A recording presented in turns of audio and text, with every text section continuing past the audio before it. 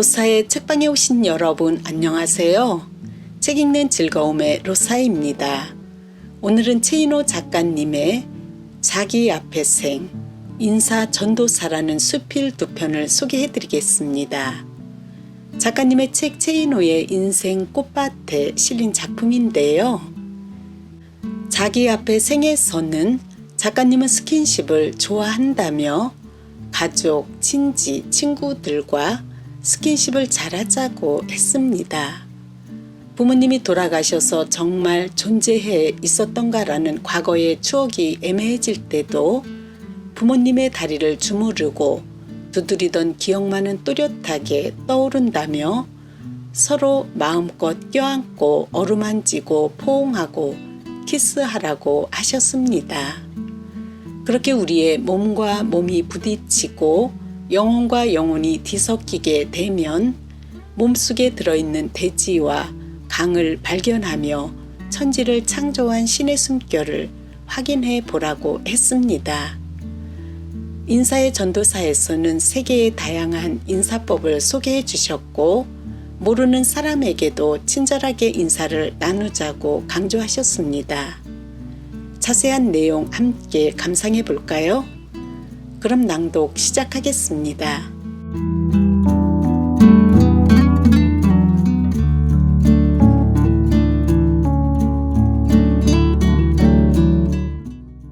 자기 앞에 생, 최인호. 어느 편인가 하면 나는 스킨십을 좋아한다. 스킨십이라면 요즘은 그 뜻이 과장되거나 왜곡되어 성적인 애무나 남녀간의 접촉을 의미하는데 실은 스킨십은 친밀한 감정을 표현하는 신체적 접촉을 의미한다. 우리들이 남과 나누는 기본적인 스킨십은 악수다. 그러나 악수는 분명히 서로가 서로의 손을 잡고 인사를 나누는 행위임에는 틀림이 없지만 거기에는 따스한 체온과 정감이 교류되지는 않는다. 따라서 악수는 서로가 지갑에 들어있는 명함을 교환하는 일에 지나지 않는 것이다. 그래서 언제부터인가 나는 사람을 만나면 가볍게 서로 안고 볼터치를 하는 서구식 인사법을 즐겨하고 있다. 물론 악수를 병행하는 편이지만 보다 친근한 마음이 드는 대상이면 남자와 여자를 가리지 않고 가볍게 포옹을 하고 볼을 비비고 상대방의 등을 두드려 준다. 물론 이런 인사법에 쑥스러워하는 상대도 있다. 특히 여자들 중에는 본능적으로 거부 반응을 보여서 쭈뼛거리는 사람도 꽤 있다. 그럴 때면 나는 얼른 서구적 인사법을 철회해 버린다. 그런데 이상한 것은 악수를 나누는 것보다 이러한 포옹의 스킨십 인사법이 훨씬 다정하고 친숙한 느낌이 든다는 것이다. 사람에게는 누구나 2m 정도의 경계거리가 있다고 한다. 이 경계거리에 낯선 타인이 침입하면 본능적으로 방어태세를 취하게 되는데 다정한 연인들이 서로 사랑하는 사이가 되면 이 경계거리가 허물어져 두 사람의 몸이 하나의 몸이 되어버린 것 같은 동질감을 느끼게 된다는 것이다. 나는 부부간이라도 자주 스킨십을 해야 한다고 생각한다. 어린아이들이 서로 치고받고 뒹굴고 뒤엉켜 쓰러지는 신체적 접촉에서 우정을 배워나가는 것처럼 부부들도 서로 어루만지고 깨물고 장난치는 신체적 접촉을 통해서 서로의 사랑을 확인하는 것이다. 스킨십이 끊긴 부부는 불길이 꺼진 싸늘한 아궁이와도 같다. 아궁이에 계속 불을 지펴야 방바닥이 따스한 것처럼 스킨십이 끊기면 그 부부의 생활은 어쩔 수 없이 냉랭한 냉골이 되어버리는 것이다. 그러나 한 가지 주의할 점은 이 스킨십에 불손한 의도가 숨어 있거나 스킨십을 빙자하여 성적 희롱이라도 하고픈 악의가 들어있다면 절대로 안 된다는 것이다. 상대방은 본능적으로 이를 알아차리고 친밀감 대신 불쾌감을 느끼게 될 것이다. 아버지는 돌아가신 지 벌써 반세기가 넘었고 어머니는 어느덧 20여 년이 돼가지만 이상하게도 두 사람 모두 내 기억 속에 생생하게 살아 움직이는 건 모두 스킨십 덕분일 것이다.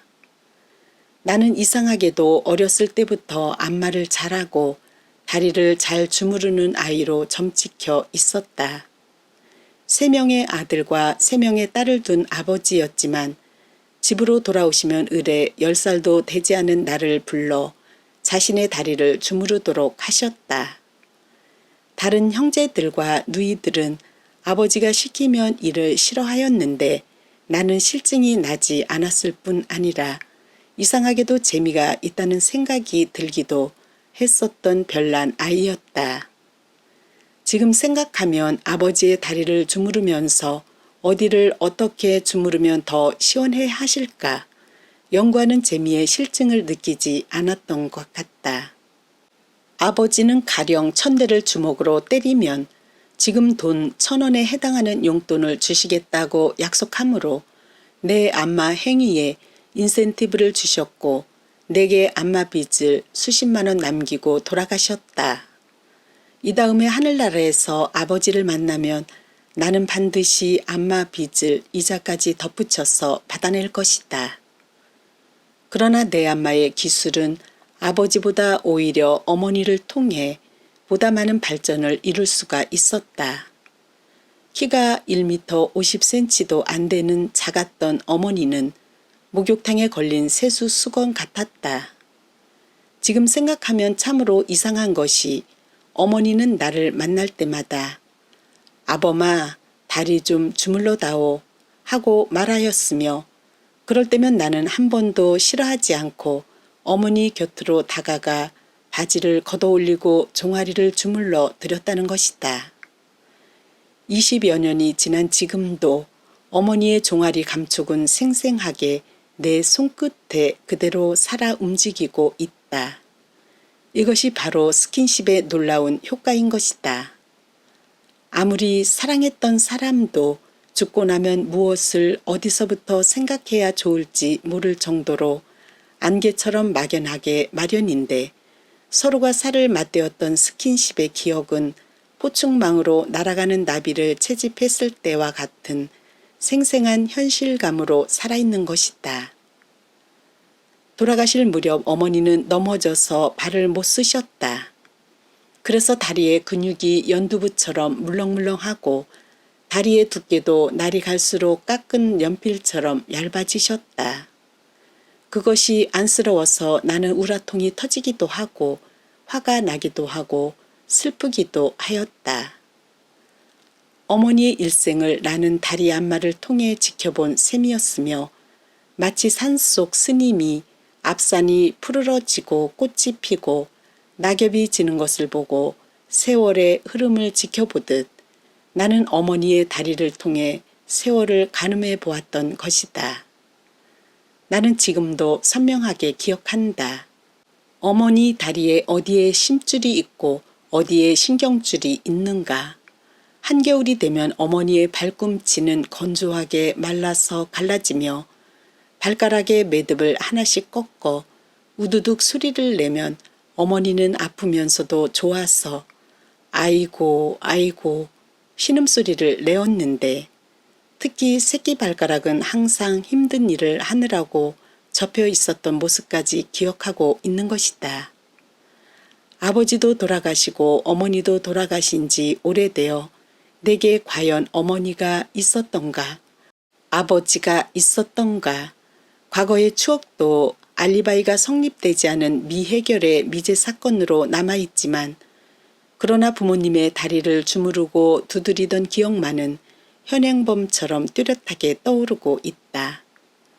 며칠 전 한밤중에 일어나 물이나 먹으려고 거실로 나와 냉장고를 열고 찬물을 컵에 따라 마시고 있을 때였다. 다른 방에서 자고 있던 아내가 내게 말하였다. 당신이요? 나는 아내의 방으로 가보았다. 요즘 먹은 것이 체해 줄고 체기에 시달리고 있던 아내는 늦도록 잠이 오지 않아 빈둥거리고 있다가 인기척이 들려 나를 부른 모양이었다. 저 달 좀 봐. 아내는 밑도 끝도 없이 중학교 운동장 위에 떠있는 신락 같은 초승달을 가리키며 말하였다. 나는 아내의 손을 잡아 보았는데 과연 책이 탓이었는지 손이 차가웠다. 손끝만으로도 체기를 알 수 있을 만큼 예민한 것은 바로 어렸을 때부터 안마로부터 숙달된 청진기와 같은 감촉 때문일 것이다. 나는 아내를 안마해주기 시작하였다. 아내는 내가 힘이 들까봐 싫다고 하였으나 나는 강제적으로 안마를 시술하였는데 놀라운 것은 아내의 다리가 근육이라고는 전혀 없이 그 옛날 어머니의 다리처럼 흐물흐물하게 늘어져 있다는 것이었다. 순간 나는 지금 내가 아내의 다리를 주무르고 있는 것인지 아니면 세월을 거슬러 올라가 돌아가신 어머니의 다리를 주무르고 있는 것인지 분간이 되지 않을 정도로 혼돈을 느꼈다. 도대체 이 지경이 되도록 무엇을 하고 있었던 것일까? 그렇게 함께 산에 가자고 유혹해도 유관순 누나처럼 고집불통이더니 도대체 어떻게 이렇게 다리를 형편없이 만들어 놓은 것인가? 그보다도 가슴 아픈 것은 젊은 날의 아내를 내가 기억하고 있다는 점이었다. 대학교에 갓 입학하였을 때 문과대학 앞 잔디밭에서 쓸만한 여학생이 있을까 마치 기생점고하는 원님처럼 여학생들을 일일이 심사하고 있었는데 그때 나는 분홍빛 스웨터에 미니스커트를 입은 아내가 내 앞을 스쳐 지나가는 모습을 보고 눈이 번쩍 뜨였던 것이다. 그 무청처럼 단단하고 갓 잡은 생선처럼 싱싱하던 예쁜 두 다리는 도대체 어디로 사라져버렸을까? 하느님은 선악과를 따먹은 하와를 에덴 동산에서 쫓아내며 이렇게 말한다. 너는 아기를 낳을 때 몹시 고생하리라. 고생을 하지 않고는 아기를 낳지 못하리라. 남편을 마음대로 주무르고 싶겠지만 도리어 남편의 순하기에 들리라. 하느님의 말처럼 아내는 몹시 고생하여 두 아이를 낳고 도리어 남편의 순하기에 들어 죽도록 고생해야 먹고 살기 때문에 이마에 땀을 흘리며 나다를 얻어먹기 위해서 두 다리가 이처럼 순두부가 될 정도로 길쌈하며 수고하고 있음인가. 아, 돌아가신 어머니와 아내가 남이 아니고 둘이 아닌 하나이며 타인의 생이 아니라 자기 앞에 생임을 알게 되었으니 그대여 마음껏 서로 껴안으라. 외로운 인생이여 마음껏 서로 어루만져라. 미지의 낯선 얼굴을 마음껏 서로 포옹하라. 우리가 참으로 가난하기 때문에 그래야만 우리의 몸과 몸이 부딪히고 영혼과 영혼이 뒤섞인다. 우리의 몸은 담비 털옷도 수달피 털옷도 없는 맨몸의 벌거숭이. 서로 마음껏 키스해라. 키스 속에서 우리의 몸속에 들어있는 대지와 강을 발견하고 천지를 창조한 신의 숨결을 확인하라.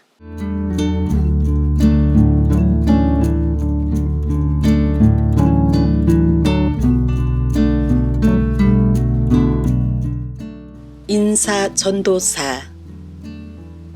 어느 편인가 하면 나는 인사성이 밝은 편이다. 나는 한 번 본 사람의 얼굴을 웬만하면 기억하고 만났던 사람과 나눈 대화까지 잘 기억한다.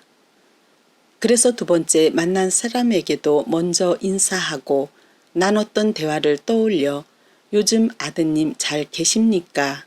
요즘 아직도 술을 많이 마십니까? 안부 인사를 묻곤 한다. 오래전 읽은 내용이지만 카네기는 처음 만나 이야기를 나눈 사람의 이름을 잘 기억해서 다시 만날 때는 다정히 이름을 불러주고 인사를 나누는 것이 첫 번째 성공 요인이라고 말한 적이 있다. 나는 카네기처럼 이름까지는 잘 기억하지 못하지만 만난 사람들의 얼굴만큼은 정확히 기억하고 있다. 물론 나는 카네기처럼 성공을 위해서 일부러 그런 태도를 취하지는 않는다. 나는 사람과 사람 사이에 있어 서로 친근한 마음을 표시하는 데는 따뜻한 미소와 다정한 인사말 이상의 묘약은 없다고 생각한다. 인사를 나눌 때면 상대방이 나보다 높은 사람이건 낮은 사람이건 나이 든 사람이건 나이 적은 사람이건 가려서는 안 된다. 나보다 높은 사람이나 이용할 만한 위치에 있는 사람에게나 건네는 인사는 어쩌면 아부에 지나지 않을 것이다. 인사는 모든 사람에게 똑같이 해야 할 평등한 것이고 어린아이라고 인사를 생략해서는 안 된다. 내가 인사를 먼저 나누는 것은 무엇을 바라서가 아니라 우선 내가 기분이 좋아지기 때문이다. 인사는 마치 꺼진 촛불에 불을 댕기는 것과 같아서 인사를 건네고 나면 두 사람 사이에 촛불이 켜진 것처럼 마음이 따뜻해지고 정감이 흐르게 된다. 작은 행위임에도 불구하고 인사는 사람과 사람 사이를 부딛는 부싯돌과 같은 것인데도 나는 왜 사람들이 인사에 인색한지 그 이유를 모르겠다. 내가 어떻게 먼저 인사를 해 나는 인사를 받는 쪽이지. 먼저 인사를 하는 것은 반드시 상대방이 먼저 해야 한다는 사람은 교만한 사람이다. 분명히 아는 사람인데도 인사는 물론 눈인사도 나누지 않고 피하는 사람은 고독한 사람이다. 그럴 때면 나는 일부러 찾아가서라도 악착같이 인사를 나누곤 한다. 왜냐하면 인사는 감기처럼 전염되는 것이어서 어떤 모임 같은 데서 어떤 한 사람이 마음이 담긴 인사를 시작하고 나면 곧바로 이 사람 저 사람으로 확산되어 모임 전체가 축제의 분위기로 변하는 것을 알기 때문이다. 최근 30년 만에 아파트로 이사를 와서 느낀 첫인상은 아파트에 사는 사람들은 좀처럼 인사를 나누지 않는다는 것이었다. 먼저 번 주택에 살 때 나는 동네 모든 사람들과 인사를 나누는 사이였다. 심지어 로터리에 있는 구두 수송공 아저씨와도 친했고 저녁이면 문을 여는 포장마차 아줌마와도 나는 친했었다. 구두 수송공 아저씨는 내가 구두를 맡기면 최선을 다해 수선해 주셨고 포장마차 아줌마는 내가 어묵을 시키면 오늘 어묵은 신선치 못하니 다른 것을 먹으라고 추천해 줄 정도였다. 아마도 내가 국회의원 선거에 나갔다면 내가 살던 논현동 골목에서는 몰표가 나오지 않았을까 할 정도로 나는 그들과 깊은 친교를 나누고 있었다. 그러나 아파트는 파년이 달랐다. 나는 아직도 내 이웃에 어떤 사람이 살고 있는지 알지 못하고 있다. 특히 고통스러운 것은 엘리베이터에 탔을 때다. 엘리베이터를 타고 보면 언제나 사람들이 먼저 타고 있거나 나중에 타기도 해 함께 동승하게 마련인데 그럴 때면 대부분 사람들은 서로 시선을 피하며 공연히 엘리베이터가 지날 때마다 명멸하는 층계의 숫자판만을 쳐다보고 있을 뿐이다. 어떻게 이럴 수 있을까? 나는 그것이 답답해서 견딜 수가 없다. 어떻게 같은 건물에 사는 같은 평수의 이웃들이 이렇게 철저하게 원수처럼 시선을 피하고 묵비권을 행사할 수 있는 것인가? 톨스토이는 전쟁과 평화라는 소설에서 이렇게 말하고 있다. 어떠한 때라도 인사가 부족한 것보다는 지나친 편이 낫다. 나는 톨스토이의 말에 동의한다. 인사를 나누지 않거나 대충해서 부족한 것보다는 좀 지나치더라도 확실하게 인사를 나누는 편이 나은 것이다. 세계 각국의 인사법은 달라서 에스키모들은 반가운 사람을 만나면 서로 뺨을 때린다고 한다.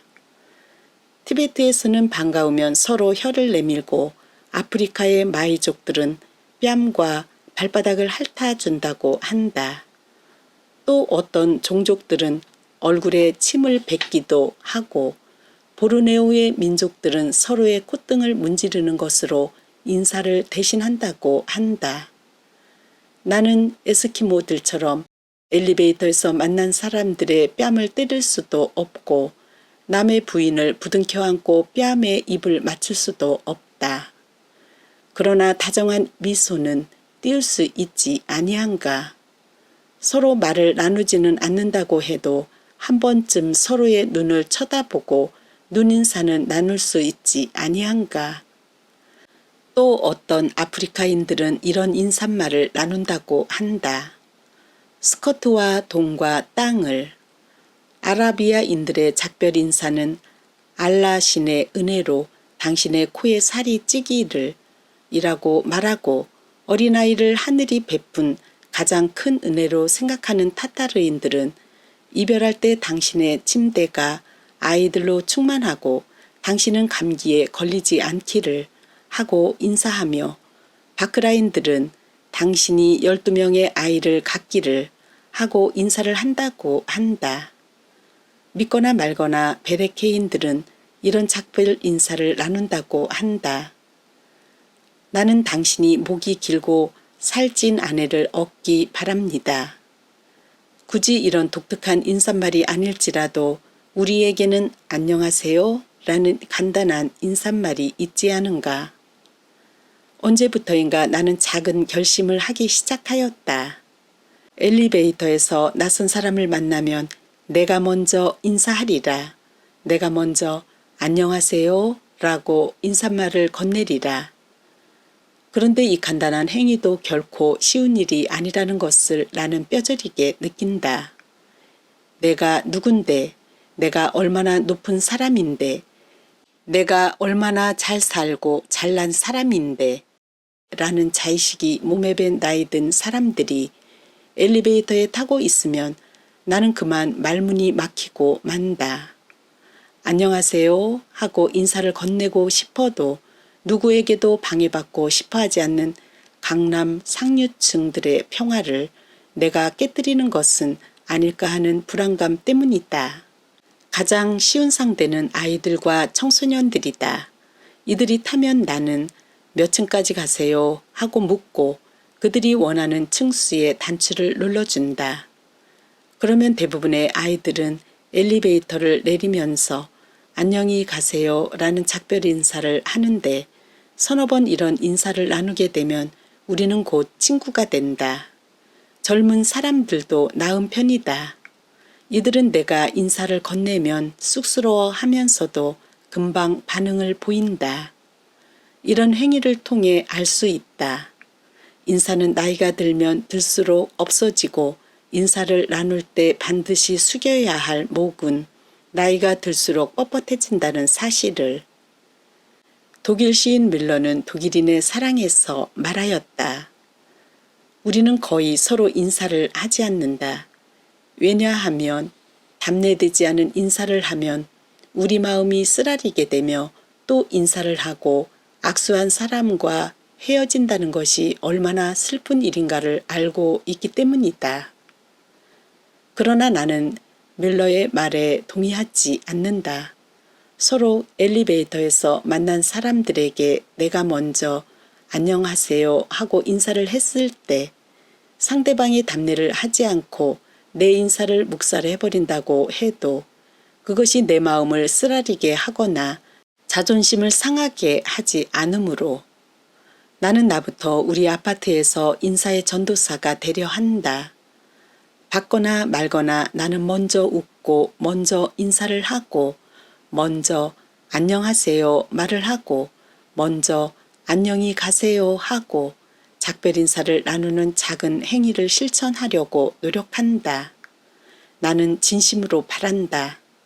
내 작은 인사가 모든 사람에게 전염이 되기를, 온 아파트 주민이 밝은 마음으로 이웃을 사랑하는 공동체가 되기를, 그리하여 내가 사는 아파트가 복숭아꽃, 살구꽃, 아기 진달래가 울긋불긋 피어나는 꽃대거리 되기를.